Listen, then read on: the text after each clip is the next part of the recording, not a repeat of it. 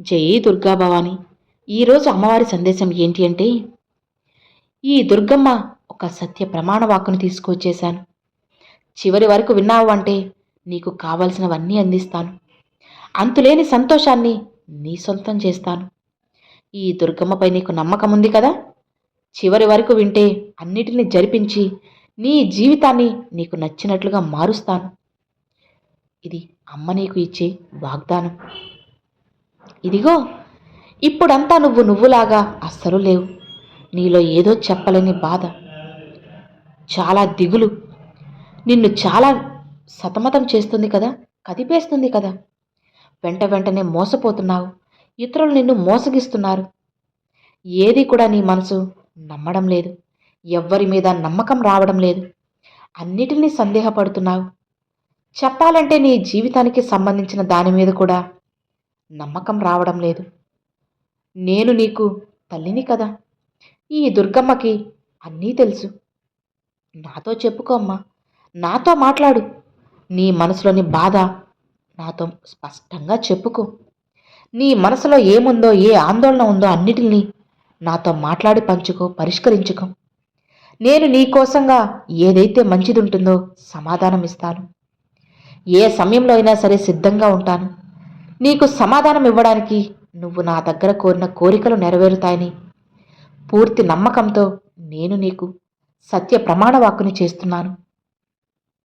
నీకు నా వాక్కులో కానీ వాగ్దానంలో కానీ కొద్దిగా అనుమానం ఉంది కదా? చేయాల్సింది ముందు చేసి పెట్టమ్మా, మిగతాది మళ్ళీ చెబుతూలే అని నీ మనసులో ఒక ప్రశ్న ఉంది కదా? అవన్నీ కూడా నా ముందు పెట్టావు కదా. నీ ప్రార్థనలన్నీ కూడా తీర్చి నీ జీవితాన్ని నీకు నచ్చినట్లుగా మార్చబోతున్నాను తల్లి. ఇక నువ్వు ఏమాత్రం కూడా భయపడకమ్మా. నేను చెప్పేది ఏంటి అంటే, పూర్తి మనసుతో నమ్మకంతో ఉండు. నా దగ్గర పూర్తిగా నీ భక్తిని అప్పగించు. తరువాత నేను చేయాల్సింది నేను చేస్తాను కదా. నువ్వు అడిగినా అడగకపోయినా సరే ఒక తల్లిగా చేయడం అది నా బాధ్యత. నువ్వు అడిగితేనే చేస్తాను అని ఇక్కడేం నేను రూల్ పెట్టుకొని కూర్చోలేదు తల్లి. నువ్వు అడిగినా అడగకపోయినా ఖచ్చితంగా చేస్తాను.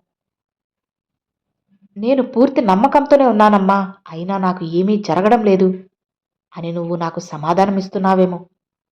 ఇలా మనిద్దరి మధ్య వాగ్వాదం ఉంటే ఎలా తల్లి? ముందు స్వచ్ఛమైన మనసుతో నేను చెప్పేది విను. నా బిడ్డ కోసం నేను ఎప్పుడూ ముందుంటాను. అన్నీ కూడా అందించడానికి సిద్ధంగా ఉంటాను. నీ దారిలోకి దిగి వస్తున్నాను. నేను నీకు వాక్యం ఇచ్చినట్లు నా వాక్కుని నెరవేర్చి పెడతాను. నా బిడ్డ సంతోషమే కదా నాకు ముఖ్యం. నువ్వు తప్పు చేశావో లేదా పాపం చేశావో లేదా మంచివా చెడ్డవా, ఎవరైతే ఇదంతా నేనేమీ అనుకోనమ్మా.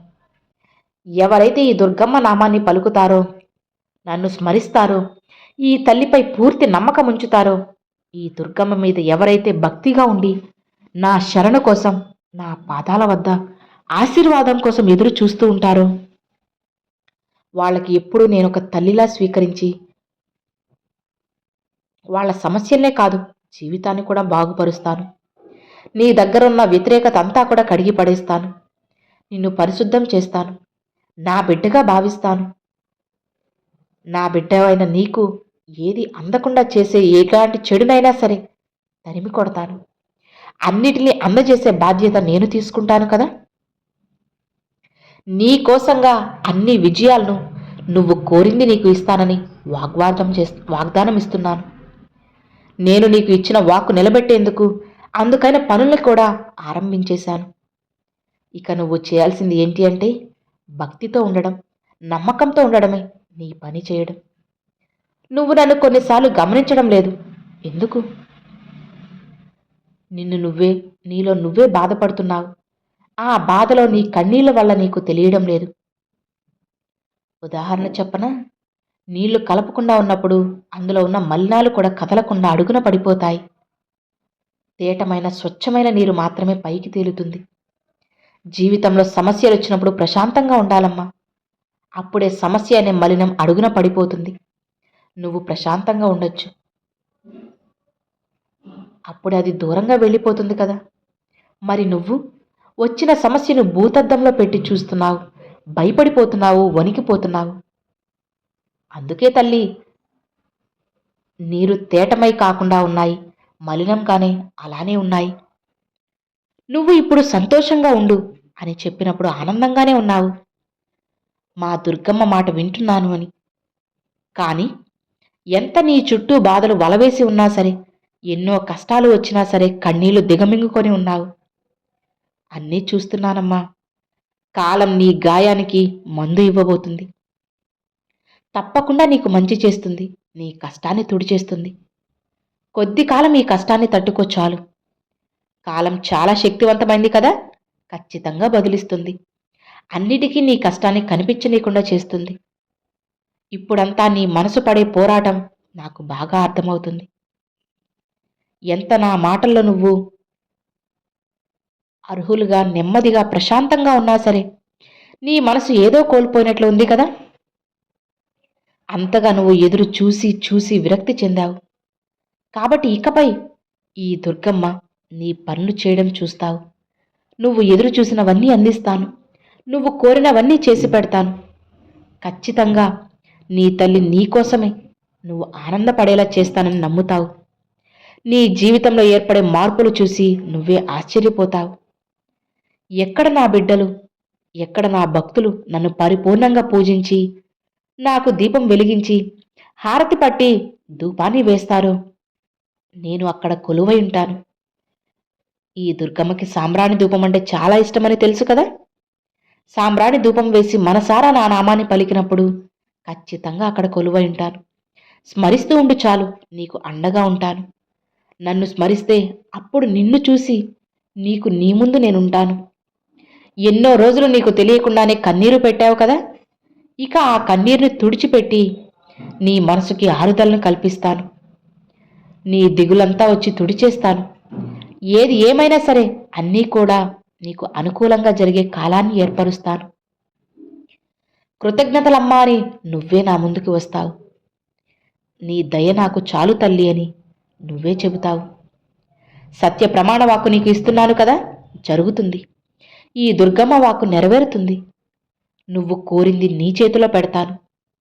ఏదైనా సరే నా దగ్గర ప్రార్థన పెట్టిన తరువాత నెరవేరకుండా ఉంటుందా చెప్పు?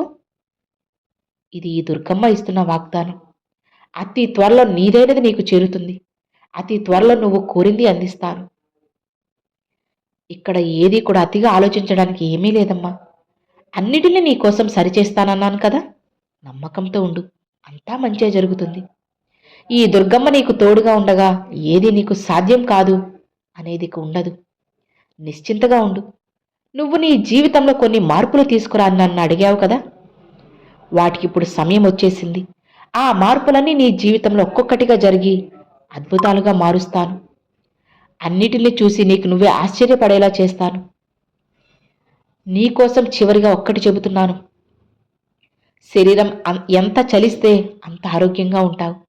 అలానే నీ మనసు ఎంత స్థిరంగా ఉంటే అంత ఆనందంగా ఉంటావని గుర్తుపెట్టుకో.